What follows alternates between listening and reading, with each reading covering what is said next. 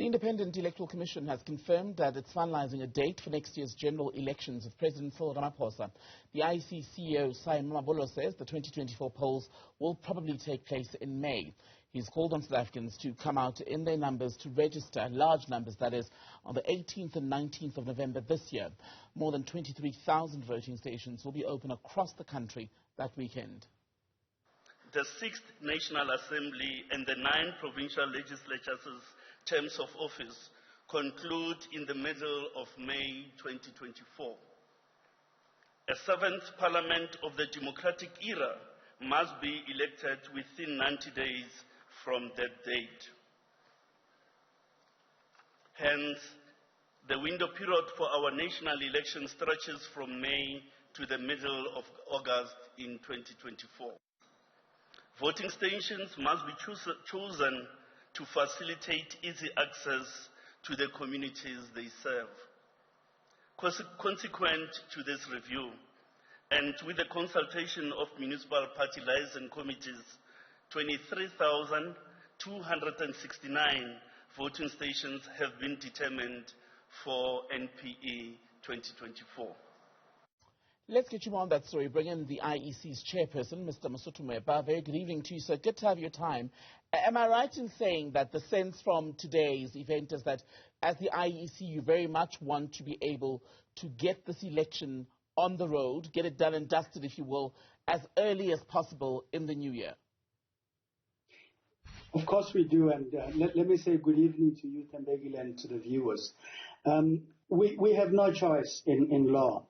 Our constitutional mandate is to conduct elections as prescribed in terms of the national constitution, in terms of the constitution and the national legislation. The constitution, as the CEO indicated, provides that when a term of the National Assembly or provincial legislature expires, we've got to conduct elections within 90 days. Our position is that we must always be ready from day one of the 90 days. And so we will be ready to conduct elections at the earliest opportunity, which is May. But it's not untowards that elections may actually happen, towards the end of the 90-day period.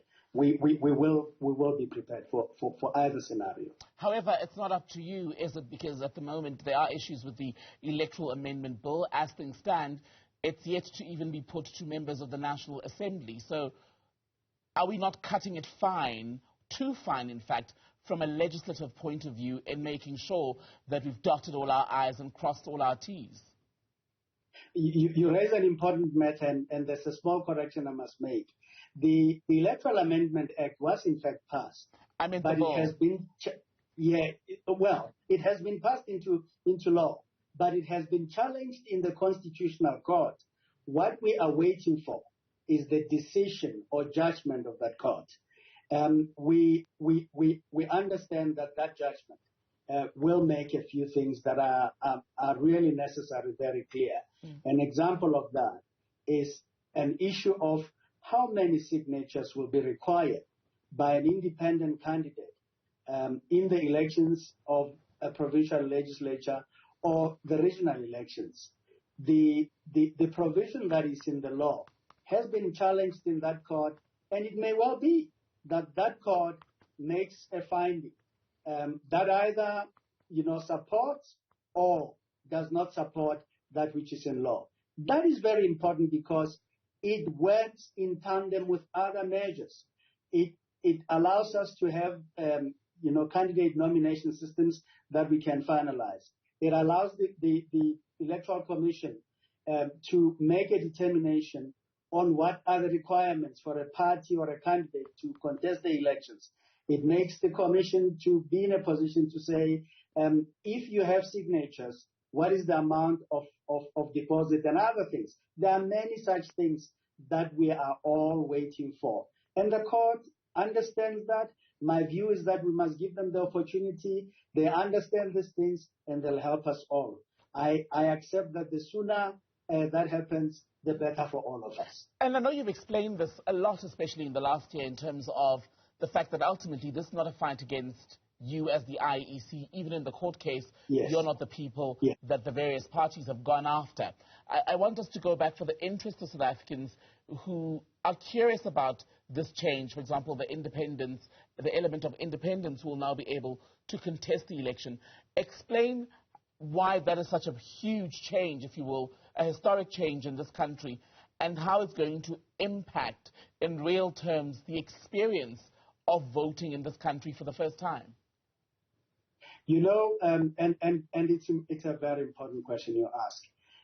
In the past, we have voted in an equivalent election, in an election of the National Assembly and provincial legislatures.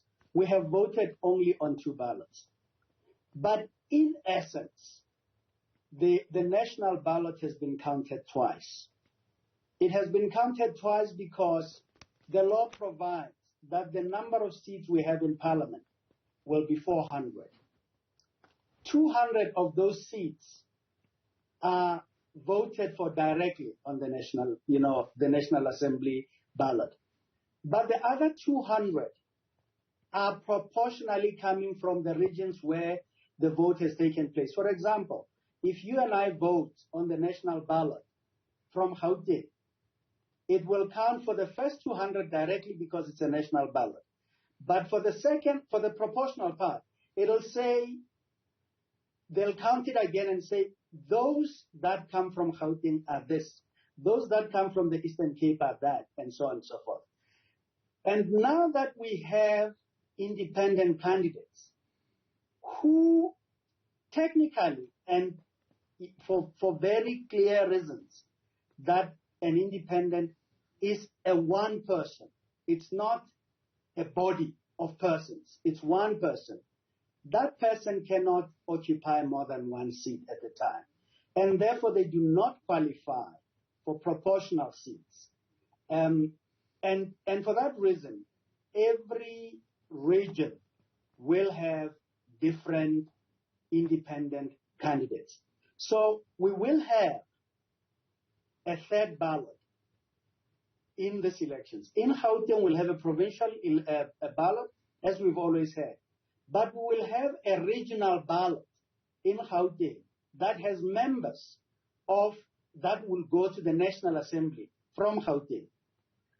And that is a ballot that we have not seen before, but we now need to see because it was previously, unveiled by way of the national ballot that we used to have. And this is really where the big change is. We will do a lot of work to explain that to voters, even as we go into this election. The other reality with increased participation, at least from a candidate point of view, is it possibly increases the chances of mistakes, errors being made, but also the chance of people raising grievances. I know, for example, on election day, you always have at the result centers offices where disputes are often discussed or even resolved immediately where it's possible. Are you feeling a unique level of pressure ahead of 2024 where that's concerned? Let me tell you, we don't do elections because it's really convenient. It can be very difficult, but we understand why these things are necessary. Clearly, this election is going to be very complex. The mere fact that we're going to have a third ballot means we've got to think very seriously, long and hard, about what this means for our counting, for our storage of ballots, for determining the outcome within 7 days and so on and so forth, as we have previously done. And so these are things we are working out that are not completely at a point where you say all is figured out. As you have indicated when we started, the issues that are in the court have a large impact on how long this ballot can be, how complicated it would be if, for example, the entry point to be a candidate is so insignificant, it can simply be used, for purposes other than elections, which will burden the work that we do. And these are issues I don't really want to talk about because they're before the courts. But once the courts have decided, they place us in a position where we can very clearly say, look, this is the extent of the complexity, and this is the extent to which it impacts on the work that we're going to do.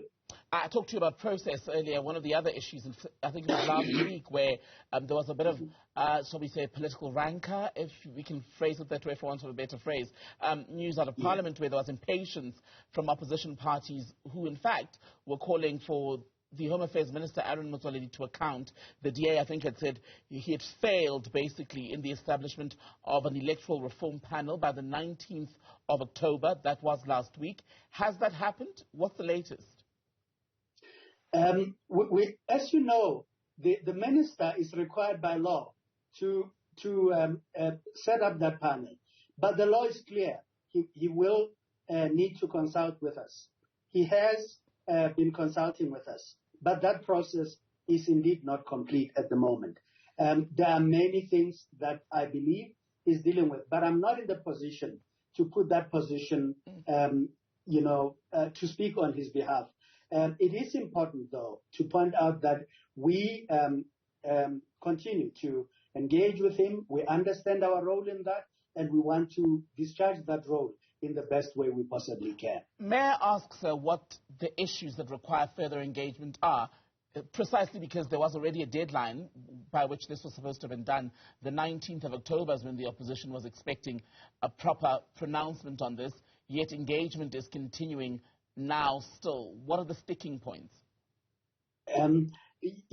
Consultation with us doesn't mean that we have the same responsibility that he has.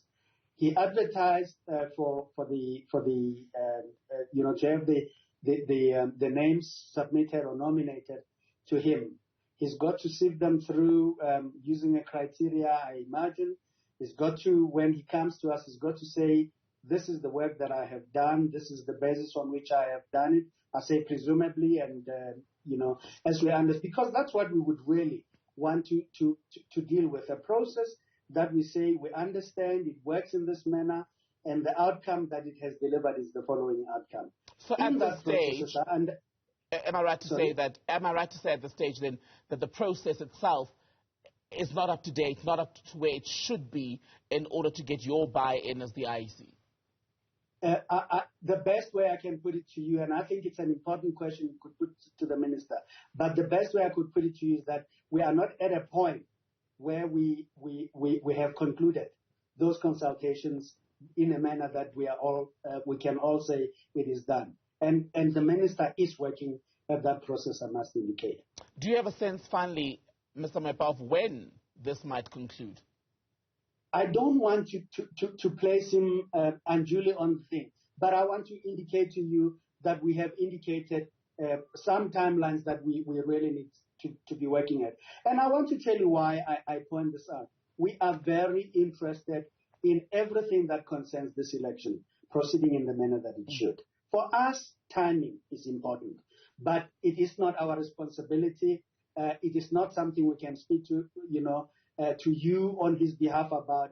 It is a matter that we seriously are consulting with him, and we are raising the concerns that we may have, or understanding the challenges that he will have to deal with. Is he understanding of the pressures that you are explaining, what you need to do, especially in terms of the timelines, to make sure that come election day, as the IEC, you cannot be faulted in any way in the preparation and the credibility of the process itself ahead of voting day? That I can assure you. We do make clear. As we do in court papers, everywhere we go, we are very clear. The job of an electoral practitioner is time bound, and if you don't manage that, I'm afraid that's where this thing can escape you. And for our part, that we are clear about, I must say. IEC chairperson, Mr. Mosotho Moepya, good to speak to you. Thank you for your time tonight, sir.